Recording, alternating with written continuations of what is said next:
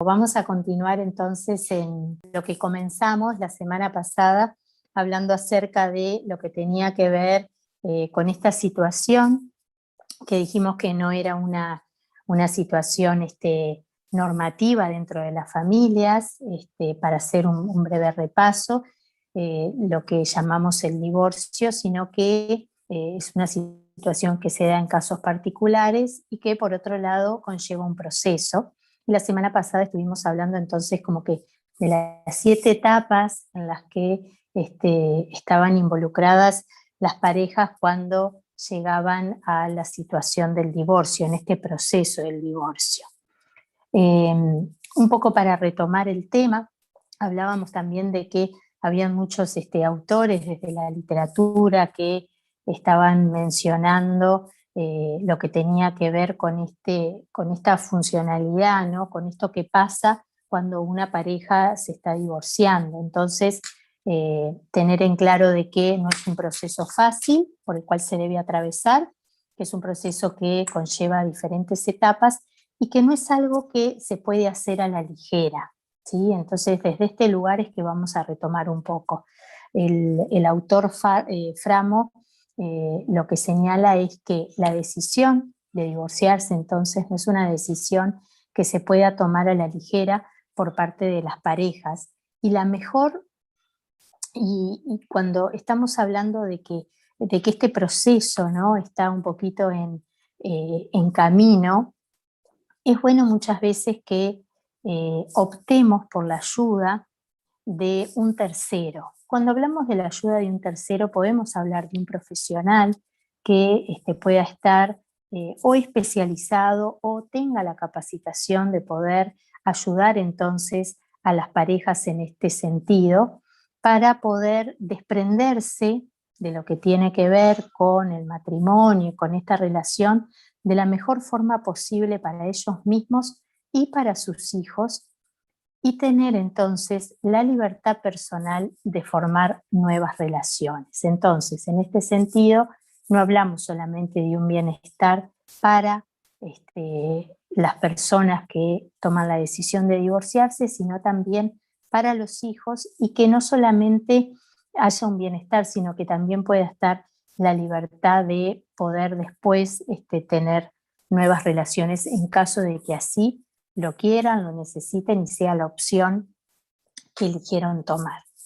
Saben que en estadísticas, ¿no?, en las que se habla de profesionales que han atendido este tipo de situaciones, de la cantidad de parejas que se han tratado y que solicitaban terapia matrimonial, las 3/4 partes de ellas han mejorado en sus matrimonios gracias a este sentido de la terapia. Significa que es un 75%, es un porcentaje muy alto el que estamos hablando. El resto, sin embargo, no ha podido resolver los problemas y algunas de ellas también se han divorciado. Entonces, tener esto como una base, ¿no?, de que cuando están este tipo de situaciones, el pedir ayuda en el momento adecuado es un factor de protección, entonces, para lo que tiene que ver con las parejas que quieren tomar entonces esta decisión. Saben que según el psiquiatra Gardner, eh, refiere al divorcio como lo siguiente: el divorcio en sí mismo no produce necesariamente patologías en los hijos. No obstante, también creo que es más probable que desarrolle tales reacciones el hijo divorciado que el hijo que carece en un hogar sano y relativamente seguro. ¿Qué es lo que quiere decir con esto? Cuando hablamos del divorcio, que en la charla anterior hablábamos del divorcio como patología, que en su momento se decía de que a raíz del divorcio se generaban diferentes patologías. Hoy por hoy vemos de que no necesariamente produce esto, pero también es cierto de que cuando las situaciones de divorcio se dan en un contexto que son favorables para el entorno, entonces eso se asemeja a que el niño pueda crecer en un hogar sano y relativamente seguro. Entonces, qué importante es, como decíamos al principio de la conferencia, no tomar esta decisión a la ligera. Segundo, poder entender de que una ayuda de un tercero puede ser algo beneficioso para nosotros y que el cómo gestionamos todo esto muchas veces puede ayudar en forma positiva y favorable a lo que tiene que ver con el desarrollo de nuestros hijos o de los hijos que están entonces en este proceso. También podemos hablar de que muchos de los problemas que se tratan en la terapia individual refieren a las consecuencias emocionales de los divorcios no resueltos. ¿Por qué traigo esto a colación?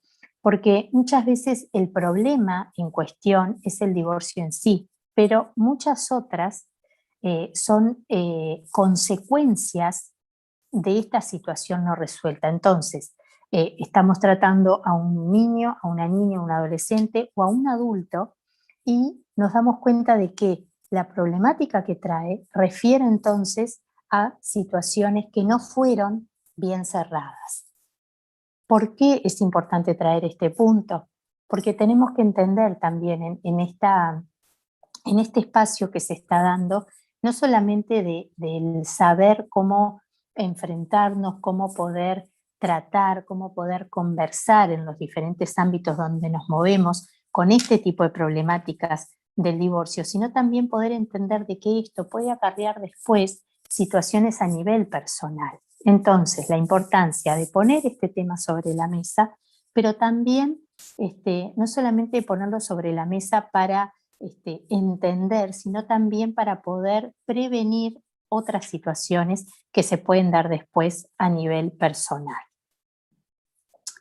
Cuando estamos trabajando con personas que se encuentran heridas por lo que están viviendo, necesitamos entonces también poder entender de que no es una situación personal y única, sino que esto también abarca a lo que son los intereses de quienes le rodean, en este caso los hijos, si es que la pareja lo tienen. Por eso es que hay que trabajar en cooperación con ellos. Nosotros solemos pensar quizás en la persona o en la pareja como únicos, sin embargo, tenemos que verlo esto como un sistema. Esto fue algo que comenzamos a hablar en la conferencia anterior, donde decíamos de que la familia es un sistema, entonces que en este sentido poder ver en forma integral entonces. Trabajar con ambos padres cuando estamos viendo estas situaciones en relación a los hijos, teniendo como foco el logro de la coparentalidad. ¿Qué significa la coparentalidad? Significa el hecho de que si bien en este proceso los papás, cada uno va por su lado, ¿no? Por este desprendimiento de lo que es esta independencia y este corte en lo que tiene que ver con lo emocional, también tenemos que tener en claro entonces de que los hijos necesitan el poder verlo juntos, el poder seguir entendiendo que son papá y mamá. Los hijos entonces deben conocer la nueva situación de la familia y deben tener acceso a ambos padres por igual, ya que es necesario que los adultos tengan en claro que fracasar en el matrimonio no significa entonces fracasar como padres. Y esto también es bueno que nosotros en esta capacitación, en esto de lo formativo para poder tratar estos temas, lo podamos tener presente. El hecho de que el matrimonio entonces no siga consolidando no significa de que ese fracaso signifique un fracaso posterior, que es entonces el hecho de ser padres. Por eso es imprescindible que se acuerden pautas claras que impliquen todo lo que tiene que ver con los horarios de visitas, los alimentos, las diferentes situaciones que se dan, una adecuada discriminación también y respeto de los territorios cuando está con uno, cuando está con otro, y que los padres se hagan cargo de sus responsabilidades como tales para lograr la estabilidad del sistema familiar. Acá nos estamos centrando un poquito a todo lo que tiene que ver con estas recomendaciones a los padres una vez que la pareja entonces decide oficializar el tema del divorcio. En la conferencia anterior estuvimos haciendo hincapié más bien en todo el proceso y ahora de a poquito entonces estamos diciendo de que una vez tomada esta decisión, cuáles son los elementos que deberían estar presentes. Atravesar un proceso de divorcios sin consecuencias va a depender del tipo de arreglos que se desarrollen en el sistema familiar luego que éste se consolide. Entonces, volvemos a lo mismo. No es que el divorcio es patológico por sí mismo, sino que a través del tiempo se está viendo de que el tipo de consecuencias que trae va a depender entonces de cómo este proceso de divorcio se esté manifestando. Lo ideal es trabajar con los adultos como responsables, ¿no?, de la salud de sus hijos, más que como dos personas que sufren su separación. Lo que nosotros tenemos que tratar de entender y de recomendar, si hay algún profesional que esté escuchando esta conferencia, de acercar desde la terapia también, es que no solamente se vea al adulto como ese adulto, sino que a ese adulto que también es responsable entonces de esos hijos que están sufriendo la separación. Que a pesar de estar separados, los padres deben continuar operando a través de funciones nutricias y normativas. Algo de esto hablamos también en la conferencia anterior, y es necesario que el sistema vuelva a acomodarse luego de un proceso de divorcio de forma de generar estructuras que sean estables en el sistema. O sea, que esa homeostasis que por un momento se perdió, ¿por qué? Por la crisis, por esto de que el divorcio es una situación de cambio, por lo tanto lo nominamos como una crisis, que eso que se perdió, que se desestabilizó, entonces vuelva entonces a esas estructuras estables. Si esta estabilidad no vuelve, ¿no?, hay mucha probabilidad de que seguramente los miembros generen síntomas que tienen que ver con lo físico, con lo psíquico o social, estancando entonces su desarrollo. ¿Por qué es importante entonces que la familia vuelva a un nivel de equilibrio, vuelva a esa homeostasis familiar para que justamente los hijos no tengan entonces estas consecuencias? La continuación de peleas entre los padres y el tema de las lealtades divididas son factores entonces que incrementan el sufrimiento en los hijos. Sepámoslo para poder prevenir a otros y, en caso que sea personal, poder prevenirnos a nosotros mismos. Un poquito bajo el título de Los padres se divorcian y los hijos no, cabe aclarar que para que una familia pueda funcionar correctamente es necesaria una autoridad compartida de los padres. Entonces, para que una familia pueda funcionar correctamente es necesaria una autoridad compartida por parte de los padres. Lo cierto también es que la autoridad separada de los padres no es realmente suficiente, por eso es que siempre buscamos un acuerdo entre ellos. Aunque está claro que los padres no siempre estén de acuerdo en todos los aspectos, sin embargo, es esencial que haya un acuerdo básico entre ambos padres sobre lo que ellos quieren y de qué manera quieren llevar a cabo las diferentes situaciones. En una familia funcional desde este punto, ¿no?, donde papá y mamá no se separan, ya desde ahí hay a veces ciertas discrepancias en lo que tiene que ver con lo que dice un padre y con lo que dice el otro. A esto sumémosle el hecho de que los padres se divorciaron, o sea que no pudieron estar de acuerdo en determinadas cuestiones de adultos. Entonces, esto significa de que tampoco tal vez lo estén en lo que tiene que ver en relación a los hijos. Pero, en formas generales, es necesario que esto pueda estar bien pautado por parte de los padres, que digan entonces qué quieren y de qué manera lo quieren llevar a cabo. ¿Para qué? para que, nuevamente repito, para que la familia y a nivel de los hijos pueda volver esto de que si bien entre ellos no se entendieron y no funcionó, como padres siguen estando unidos. La autoridad se va a ir adecuando según lo requiera la familia. Debe ser flexible y armónica con el nivel de desarrollo del niño, quien a medida que va creciendo se va volviendo más autónomo. Entonces, si hay una separación, si hay un divorcio con niños pequeños, papá y mamá allí tienen que marcar bien la autoridad, y lo que dijimos anteriormente es que esto debe ser en forma flexible y armónica con el nivel de desarrollo que el niño va teniendo, porque no es lo mismo a los 5 o 6 años marcar diferentes pautas que a los 17, 18 o 22. Entonces, cuanto más autonomía va teniendo el niño, entonces ahí va reduciéndose lo que tiene que ver con las normas y con todo lo que es la disciplina. Una adecuada autoridad resulta entonces ser fundamental para promover la autonomía infantil y la confianza en sí mismo, dando lugar al respeto mutuo y a una relación de amor.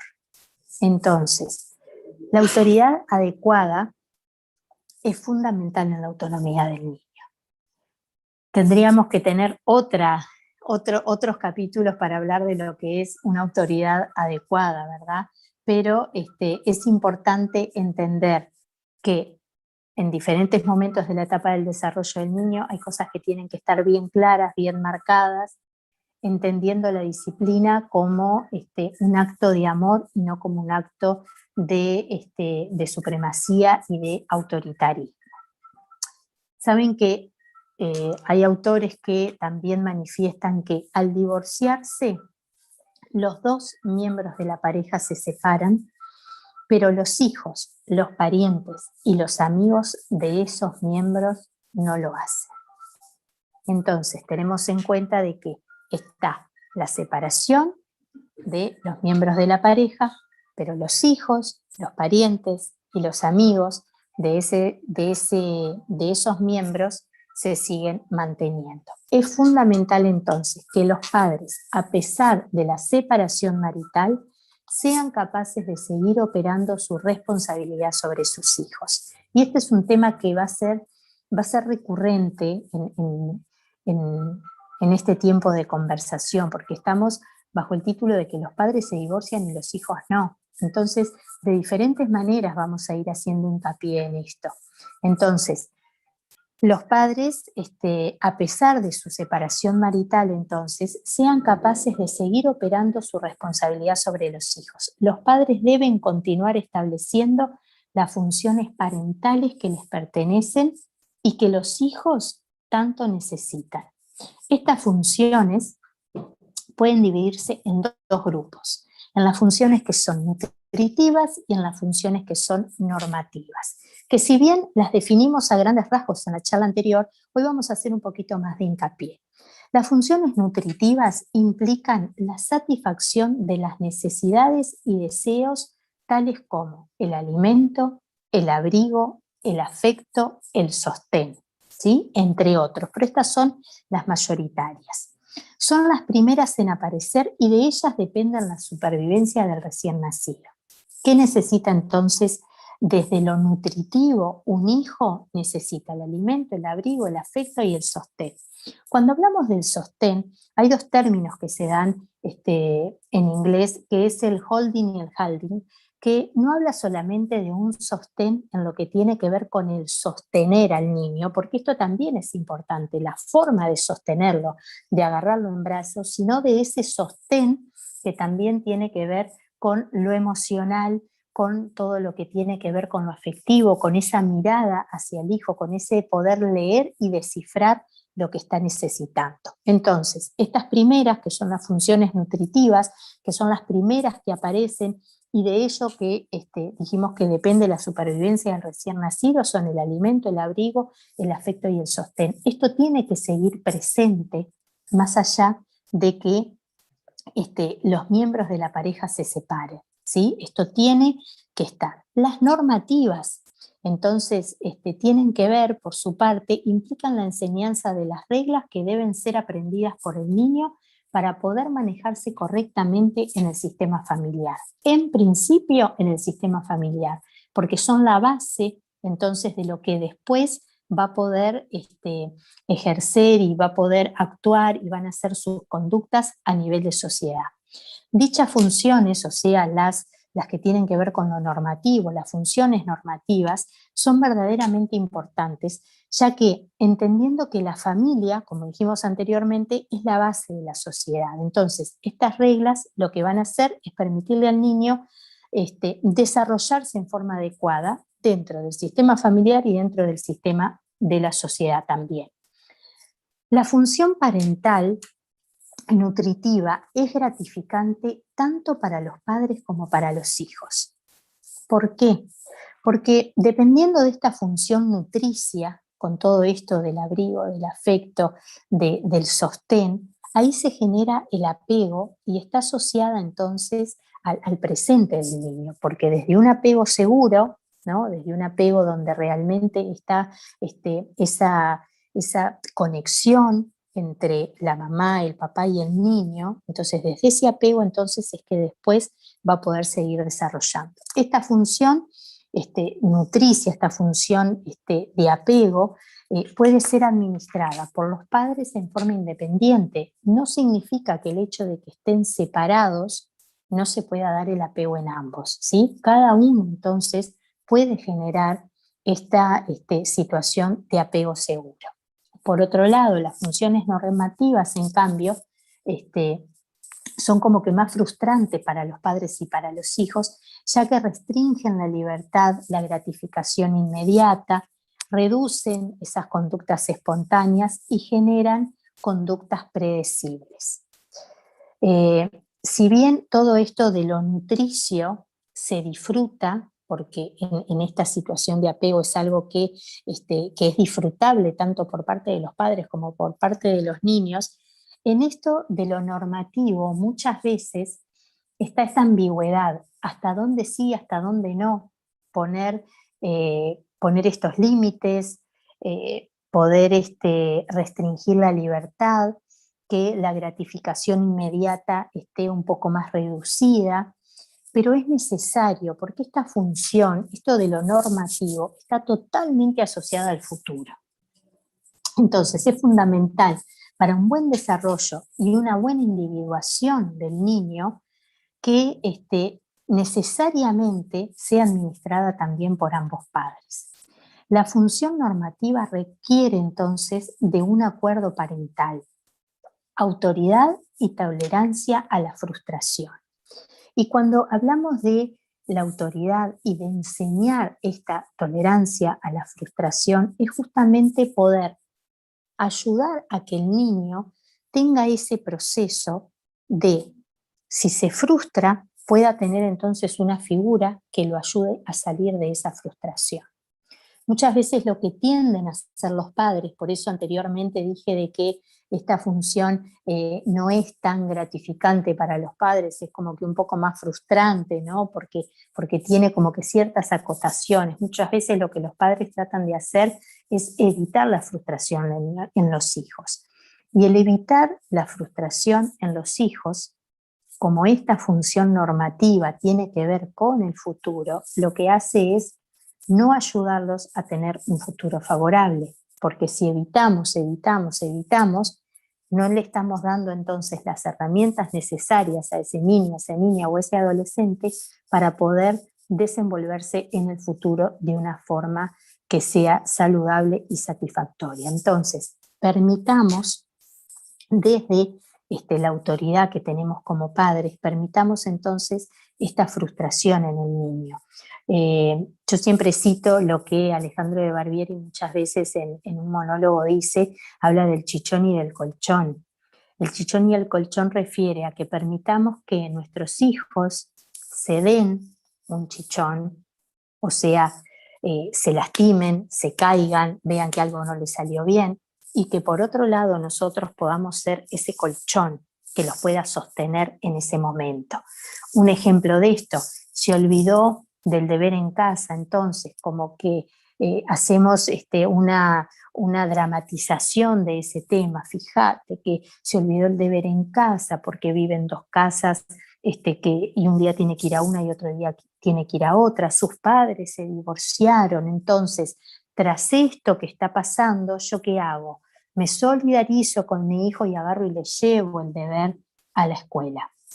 ¿Qué estoy haciendo con eso? No permito que él haga frente a eso y que le diga a la maestra, mira, me olvidé del deber.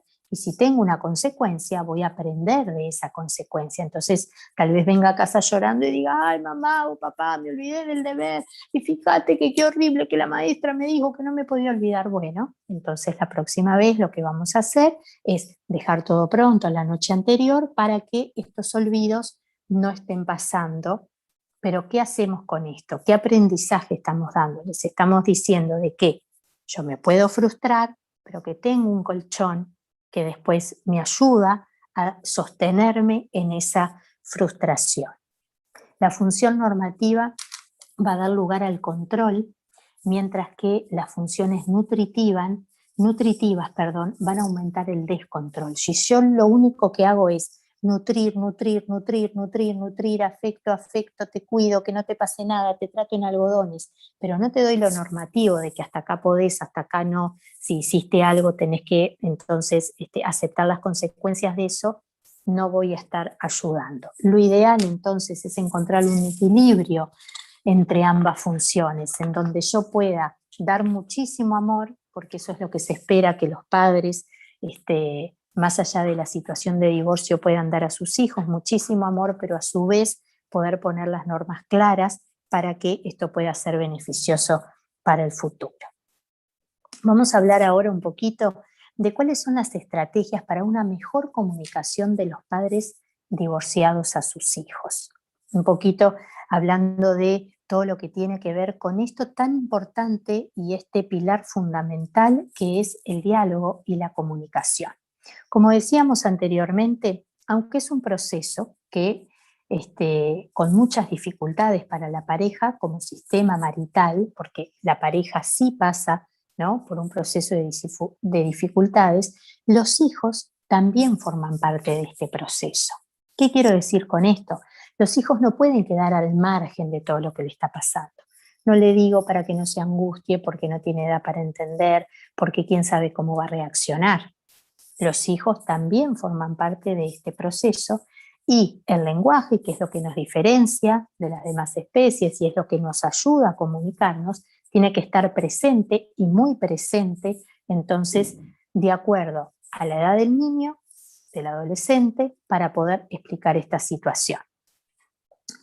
Si bien pueden surgir ciertos problemas cuando falla la comunicación, entonces ahí es donde tenemos que estar atentos. Si nos dimos cuenta que en determinada parte del proceso no hubo una comunicación clara, entonces si lo detectamos, podemos salir adelante. Podemos decir, bueno, esto no quedó claro, lo vamos a aclarar ahora. ¿Para qué? Para que esto entonces pueda quedar claro en lo que tiene que ver con la vida familiar.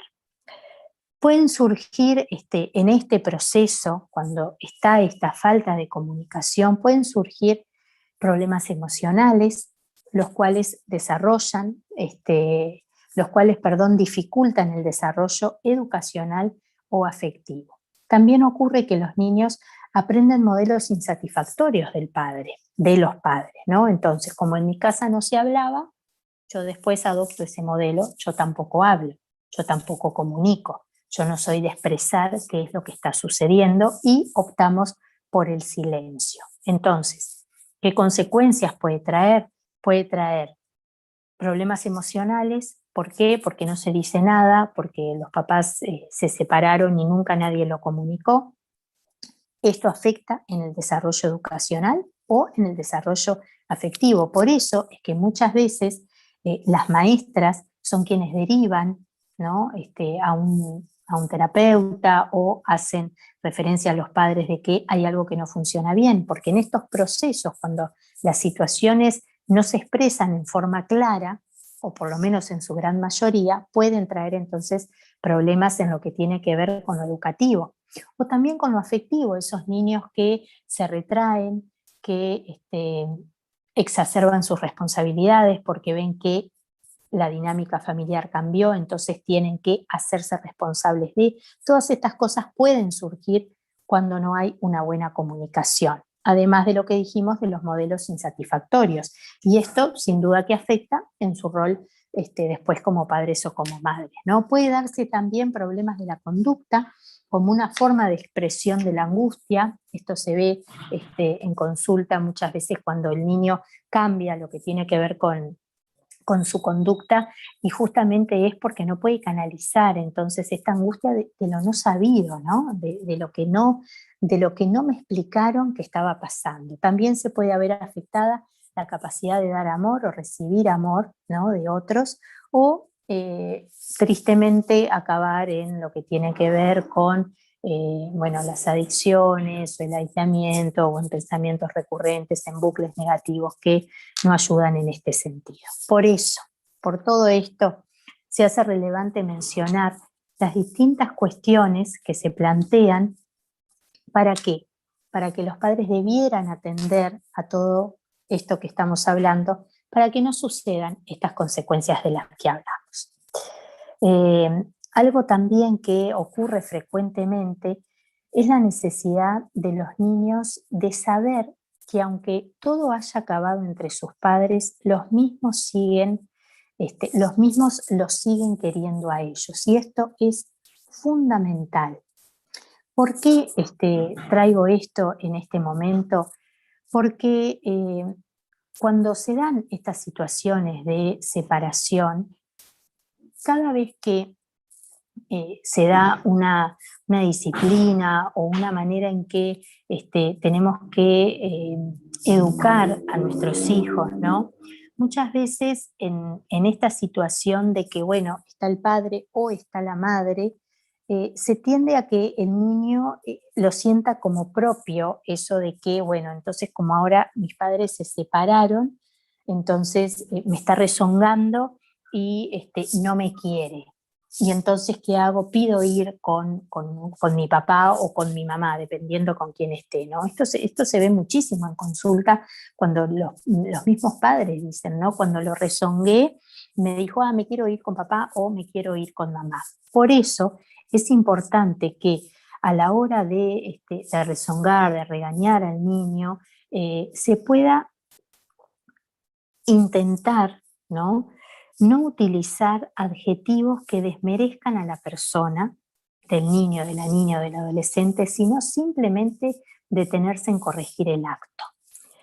Esto se puede dar en una situación funcional de una familia, pero se agrava, se aumenta un poco más cuando los papás están separados. Entonces, voy a dar un ejemplo claro de esto.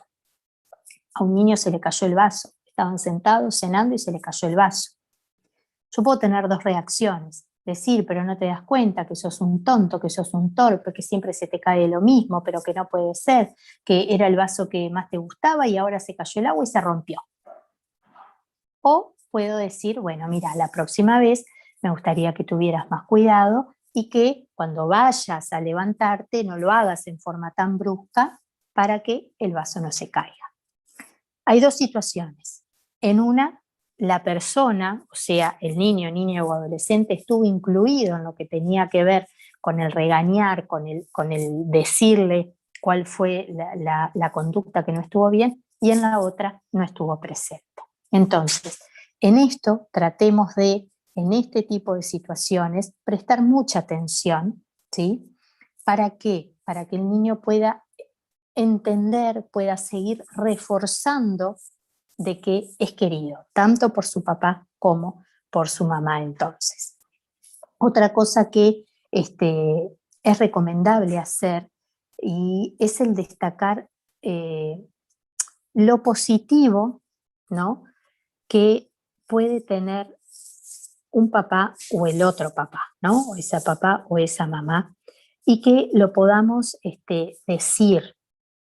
No es que porque yo me separé de tu papá o de tu mamá, todas las cosas son negativas. No, pueden haber cosas positivas y eso está bueno que lo podamos manifestar y lo podamos comunicar. Otro ejemplo también de que sigue, ¿no?, en esta misma línea, más allá de resaltar alguna cosa positiva del papá o de la mamá, es también poder hacerle ver al niño que si bien ellos están separados, no quiere decir de que lo dejen de querer a ellos, ni que tampoco siga habiendo esta relación de padres. ¿Cómo hacemos esto? No culpando a ninguno de los dos. Entonces, la comunicación debería ser algo así. No podemos llevarnos bien entre nosotros y ambos tenemos la culpa. No es que fue culpa de tu papá o fue culpa de tu mamá. Entonces, además de reconocer las cosas positivas, también asumir entonces como papá y como mamá, como este conjunto, como esta pareja marital, esta culpa, si lo podemos llamar así, compartida. Entonces, ¿qué hace esto? Permite que el hijo pueda ver una actitud positiva y reflexiva de parte de los padres sobre sus propios errores y que no depositen la culpa sobre una persona solo y mucho menos sobre ellos, ¿verdad? Sobre los niños, que no son en ningún momento los culpables de que la pareja se haya separado. Por último, es importante, de la misma forma que el niño comparte sus propios sentimientos y que pueda ser estimulado por los padres para esto. El niño en todo este proceso necesita también decir, manifestar qué es lo que está sintiendo. Y es importante y sumamente importante, subrayado muchas veces, la validación de las emociones que el niño o la niña o el adolescente puedan estar teniendo. De la misma manera que los padres comparten su forma de pensar, sus sentimientos, su emocionalidad acerca del divorcio, también los niños tienen que ser habilitados entonces para esto. Y esto es realmente muy significativo a la hora de poder gestionar todo lo que tiene que ver con sus emociones. Porque sí, nosotros podemos llorar, enojarnos, estar tristes o tener otro tipo de actitudes, también tenemos que tener la capacidad como adultos, como tutores, como referentes, como responsables de estos niños, niñas y adolescentes, de poder validar el hecho de que ellos también lo puedan hacer. Para esto, quisiera mostrar algunas herramientas que pueden ayudar en lo que tiene que ver con la validación de las emociones. Este es el monstruo de colores. Muchas veces los papás en forma natural no le surgen estas ideas o estos espacios para poder hacerlo. Por eso es que la literatura, los libros, siempre son buenos ayudantes en este sentido, ¿no? Podemos pedirlos prestados, los podemos adquirir. Este libro justamente habla de las emociones y está muy gráfico, ¿sí? Se llama El monstruo de colores y nos puede ayudar en lo que tiene que ver con la validación de las emociones que el niño está teniendo. Puede ser ese, como puede ser, por ejemplo, esta colección de los Mis, es una colección muy linda en la que cada Mi, ¿no? Atraviesa diferentes situaciones y se identifica con determinados personajes, también puede ayudar. Esto no es ni una propaganda a ningún libro, simplemente poder mostrarles herramientas. Un día complicado, habla de situaciones difíciles y de cómo salir de ellas a través de un cuento bastante entretenido y de una abuela que ahí llega a una buena conclusión después de haber tenido entonces un día complicado. Estas simplemente son herramientas.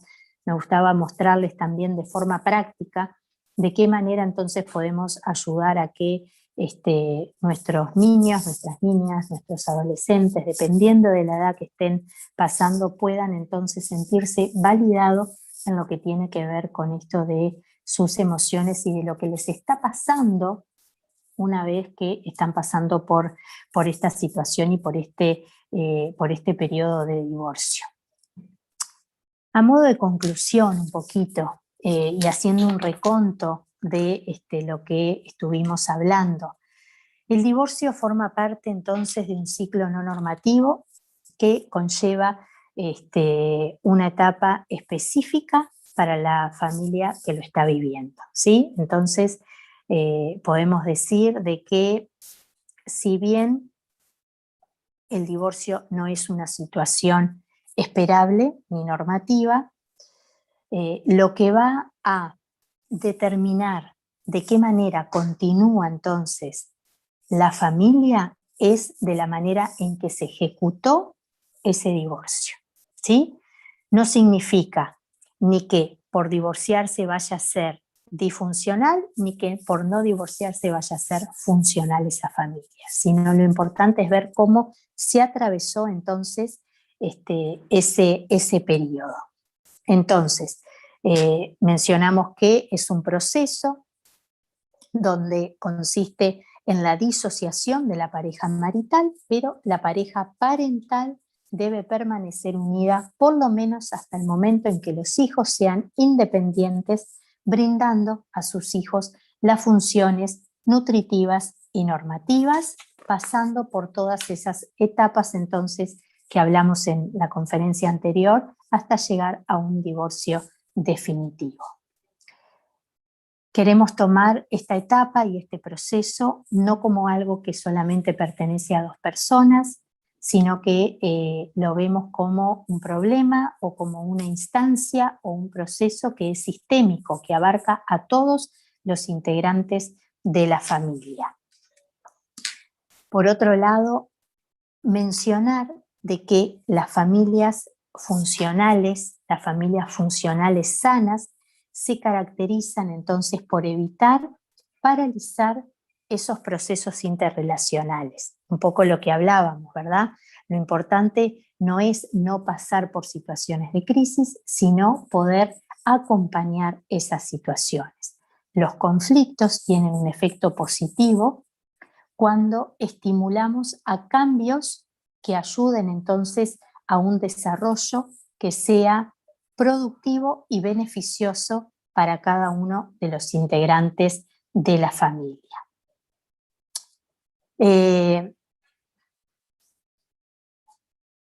Todos los individuos necesitamos una familia funcional que nos permita desarrollarnos de la mejor manera posible. Si bien el divorcio como tal es un proceso que es frustrante y que conlleva una crisis a nivel familiar, se puede superar y es lo esperable que se supere. ¿Y esto qué implica? Implica trabajar conjuntamente con toda la familia para lograr entonces una reestructuración del sistema que ahora se hace más amplio y más complejo, pero con el fin, con el objetivo de dar lugar a una familia que sea más sana y más funcional. Y como desafío,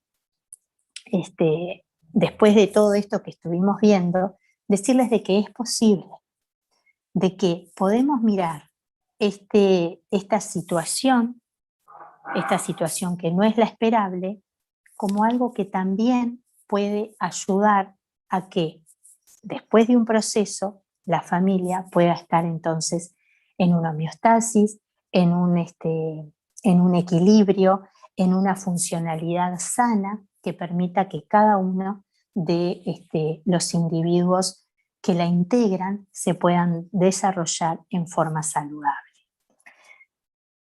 Más allá de todo esto, de lo expuesto, este tema de divorcio, aspectos a considerar, estamos también inmersos dentro de una comunidad donde tenemos como base la Biblia, la palabra, y compartimos la fe en Jesucristo.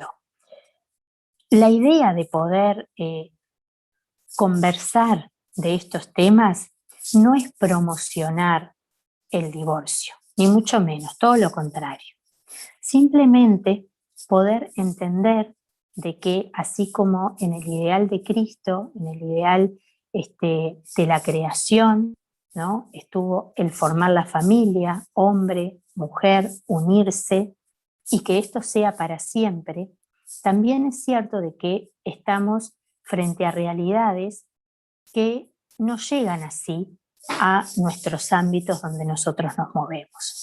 Por eso es que todo esto que estuvimos hablando es para que podamos empatizar, para que podamos entender, para que podamos ayudar, para que podamos aportar desde este conocimiento que tenemos a que estas instancias no queden como procesos estancados ni como situaciones que quedaron ahí, ocurrió y entonces nada más se puede hacer con esto, sino ser portadores de una ayuda y de algo que realmente genere, después de pasado este tiempo, un bienestar para la familia en sí y pensando más que nada en las generaciones futuras, en estos niños, en estas niñas que también forman parte de este proceso.